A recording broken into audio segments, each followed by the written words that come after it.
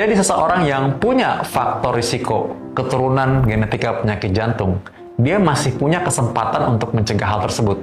Kenapa bisa demikian dan gimana caranya? Nah, kenapa orang anggap ini enteng? Ya karena mereka nggak ada rasanya. LDL tinggi itu nggak ada rasanya. Orang kolesterol jahat tinggi ada rasanya. Tapi kalau orang bilang bahwa, wah, ini kayaknya kolesterol mulai tinggi nih. Nah, mereka suka bilang, kan nggak apa-apa kolesterol dibutuhkan tubuh. Benar, dibutuhkan tubuh. Tapi kolesterol yang jadi jahat, kolesterol oxidize ini pangkal terjadinya serangan jantung di kemudian hari. Jadi karena itu kita harus bedakan. Sama seperti seorang yang punya bakat penyakit jantung, tapi dia hidup sehat, tidak pernah merokok, dia jaga gula darah nggak pernah tinggi, dia tidak punya faktor risiko penyakit jantung, tidak akan jadi penyakit jantung.